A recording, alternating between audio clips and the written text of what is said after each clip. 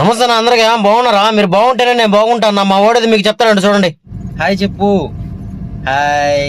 ఇప్పుడు నేను పోతా ఉండేది 300 సంవత్సరాల చరిత్ర కలిగిన శివాలయంకి అయితే వెళ్తా ఉన్నాను. ఇక్కడికి వెళ్ళాలి. గూడూరు నుంచి రాపూర్కు మధ్యలో మడుగు అనే ఊరు జంక్షన్ వస్తుంది. అక్కడ నుంచి మనం లెఫ్ట్ అయితే తీసుకుని వెళ్ళిపోవాలా. ఇక్కడ నుంచి స్ట్రైట్ గా ఒకటే రూట్ డక్కిల్ అనే ఊరు వస్తుంది. ఆ డక్కిల్ నుంచి రైట్ కట్టి వెళ్ళిపోతే దేవుడు ఎల్లంపల్లి అనే గ్రామం వస్తుంది. గుళ్ళోకి ఎంటర్ అవుతానే పెద్ద ధ్వజస్తంభం అయితే మీకు దర్శనం ఇస్తుంది. పూర్వం పాపయ్య అనే ఒక వ్యక్తి స్తంభాల కోన అనే కొండపైకి మేకలు తోలుకనైతే వెళ్ళాడంట. ఆ మేకలు మేపేటప్పుడు సాక్షాత్ ఆ పరమశివుడు ఆయనకి కనిపించాడంట. ఆయనకి ఆ పరమశివుడు కనిపించి మీ ఊర్లో ఒక ప్రదేశంలో నా శివలింగం అయితే పూడుకుపోయి ఉంది, బయటికి తీసి పూజలు జరిపించమన్నాడంట.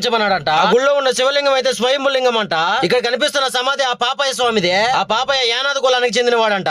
ఆ పరమశివుడు ఆయన కనిపించినప్పుడు వరం ఇచ్చాడంట, నా గుళ్ళో మీ వాళ్ళే పూజ చేయాలని. ఇప్పటికి కూడా పాపయ్య స్వామి వారసులే ఇక్కడ పూజ చేస్తున్నారు. ఆ గుడి గురించి ఆ వారసుడే మీకు చెప్తాడు, ఇప్పుడు వినండి. పాపయ్య తాత ఆయన ఇక్కడ పూర్వం 300 సంవత్సరాల క్రితం. ఈ వీడియోకి సంబంధించిన full video link channel name కింద అయితే ఉంది. చూడాలనుకున్న వాళ్ళు వెళ్ళి చూసేయండి. సబ్స్క్రైబ్